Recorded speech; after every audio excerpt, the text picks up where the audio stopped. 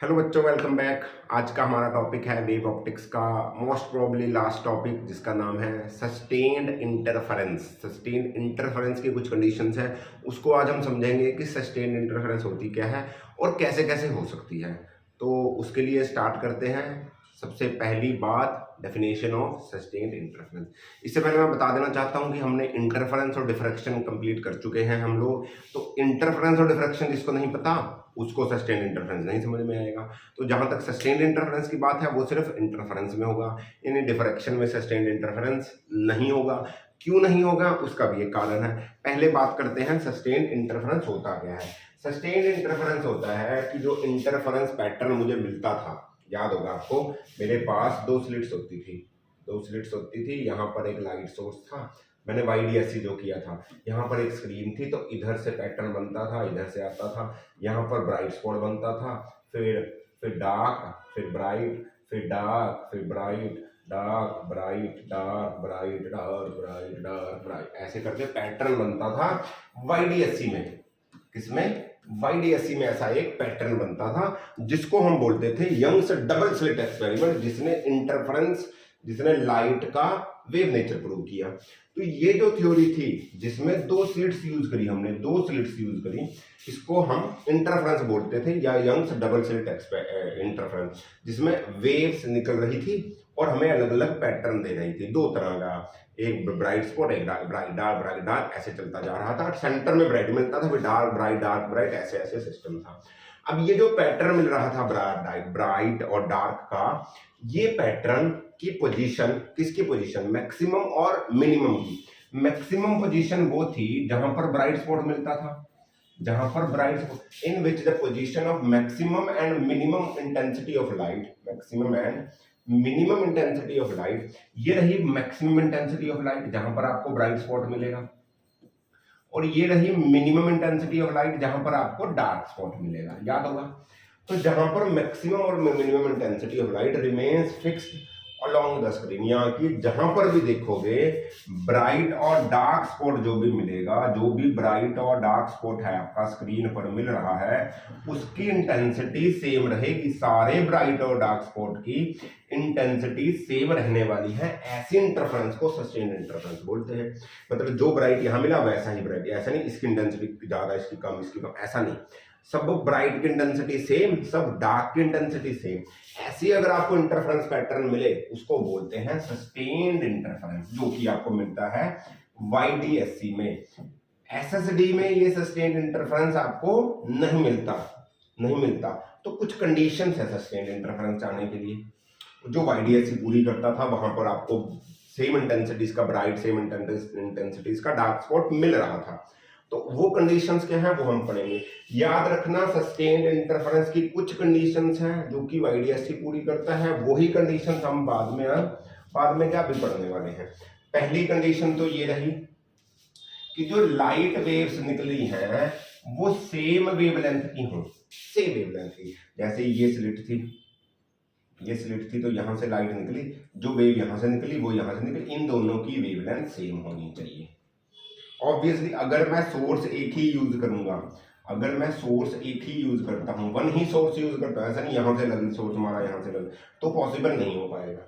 एक ही सोर्स चाहिए मेरे को, एक ही सोर्स होगा तो वेवलेंथ भी एक ही तरह की लाइट छोड़ेगा तो एक ही वेवलेंथ मिलेगी। तो पहली कंडीशन, आपको वेवलेंथ सेम चाहिए।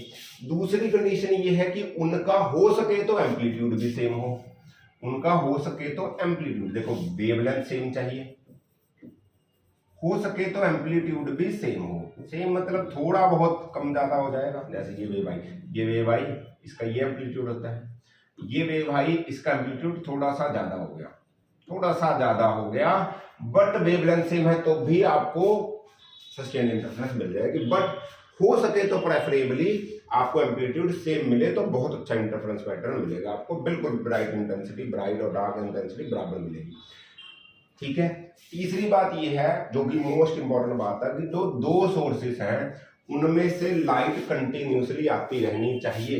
ये रहे दो सोर्सेस, यहां से लाइट आ रही है, दो स्लिट्स होंगे, दो स्लिट्स यानी दो सोर्स तो लाइट के लिए तो सोर्स एक ही है, बट लाइट दो सोर्सेस से जा रहा है। लाइट का सोर्स एक ही है, लाइट जहां से निकल रही है वो दो सोर्स है, तो जिसको हम स्लिट्स बोलते थे, इनसे लाइट कंटिन्यूसली निकलनी चाहिए, कंटिन्यूसली लाइट निकलती, ऐसा ना हो लाइट निकली बंद बंद बंद ऑन ऑफ ऑन, ऐसा नहीं होना चाहिए।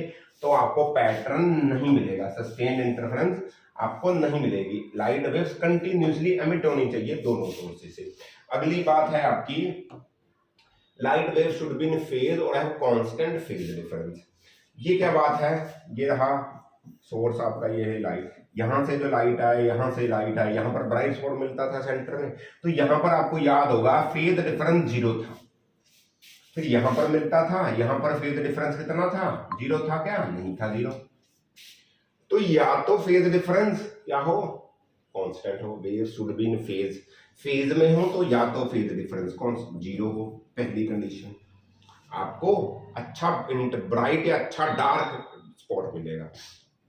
बाकियों के लिए क्या चाहिए, बाकियों के लिए ये चाहिए कि सबका अगर फेज डिफरेंस 0 ना हो तो जो भी सबका फेज डिफरेंस आया है, जो भी फेज डिफरेंस आया है वो सबके लिए फेज डिफरेंस बराबर तो हो। जो यहां पर ब्राइट स्पॉट, यहां पर ब्राइट बना और यहां पर जो ब्राइट बना, इन सबका फेज डिफरेंस बराबर हो, 0 ना हो कोई बात नहीं, 0 होगा तो भी सबका 0 हो, या तो जिसका 0 बराबर जिसका सेम होगा, ऐसा ना हो इसका फेज डिफरेंस x1 है, इसका फेज डिफरेंस x2 है। फेज डिफरेंस तो इक्वल होना चाहिए, तभी आपको क्या मिलेगा, सस्टेन्ड इंटरफेरेंस। दूसरी बात, जो ये सोर्सेस हैं ये बहुत पास पास होने चाहिए, सेंटर से बहुत पास, दोनों सोर्स बहुत पास होने चाहिए। ऐसा नहीं एक सोर्स यहाँ एक सोर्स यहाँ, छोटे हों पतले हों बट दूर दूर हों, ऐसा आपको फिर सस्टेन्ड इंटरफेरेंस नहीं मिलेगी। मतलब ये रही, एक सोर्स यहाँ एक सोर्स बहुत दूर हो गए, बहुत पास होने चाहिए और एक ही सोर्स से लाइट जाए तब पॉसिबल है। दूर दूर सोर्स हो जाएंगे तो भी वैलिड नहीं है। अगली बात और लास्ट इंपॉर्टेंट बात, दो सोर्सेज बहुत ही नैरो होने चाहिए। ये दो सोर्सेज, एक सोर्स यहाँ से एक सोर्स यहाँ से, ये होल बहुत छोटा होना चाहिए। अगर बड़ा कर दो, ये एक छोटा यहाँ से एक बहुत बड़ा होल यहाँ से, नहीं, बहुत बड़ा होल हो जाएगा तो आपको पैटर्न या सस्टेन्ड इंटरफेरेंस या इंटरफेरेंस नहीं मिलेगी, नॉर्मल ब्राइट वाइट और वो लाइट मिलती रहेगी, जिसके कारण आपको सस्टेन्ड इंटरफेरेंस नहीं मिलेगी। डिफ्रैक्शन में, सिंगल स्लिट डिफ्रैक्शन में सस्टेन्ड इंटरफेरेंस नहीं मिलती। सिंगल स्लिट डिफ्रैक्शन में क्या होता था, सिंगल स्लिट डिफ्रैक्शन को याद करो, पहले मिलता था क्या, ब्राइट स्पॉट, फिर डार्क, पहले मिलता था sorry dark spot, bright dark, फिर ब्राइट ब्राइट जो था वो कम होता जा रहा था, ब्राइट स्पॉट धीरे धीरे धीरे धीरे धीरे फेड हो जाता है। पहले ब्राइट सेंटर डार्क ज्यादा होता है, फिर धीरे धीरे ब्राइट ब्राइट ब्राइट कम होता जाता है। आपको सस्टेन्ड इंटरफेरेंस नहीं मिलती, इंटेंसिटी मैक्सिमम और मिनिमम की सेम नहीं रह रही। मैक्सिमम वाले की इंटेंसिटी पहले ज्यादा, फिर इंटेंसिटी कम होती होती होती होती होती होती धीरे धीरे फेड कर जाती। याद होगा डिफ्रैक्शन और इंटरफेरेंस जिसने पढ़ रखा मेरे पास या कहीं से भी YDSC और SSD में, तो आपको याद आ जाएगा कि इसमें इंटरफेरेंस पैटर्न जो मिलते थे वो कम कम इंटेंसिटी के मिलते, सेंटर में ज्यादा डार्क था, फिर ब्राइट ब्राइट कम कम कम होता होता होता ऐसा होता, इसमें सेम इंटेंसिटी के मिलते थे। तो YDSC में सस्टेन्ड इंटरफेरेंस लागू हो रही है। तो ये कुछ कंडीशंस है सस्टेन्ड इंटरफेरेंस की, जो कि बहुत ही आसान टॉपिक है, होपफुली समझ में आया होगा। हम मिलते हैं अगले टॉपिक में, तब तक पढ़ते रहिए, एंजॉय करिए। ऑल द वेरी बेस्ट बच्चों, बाय बाय।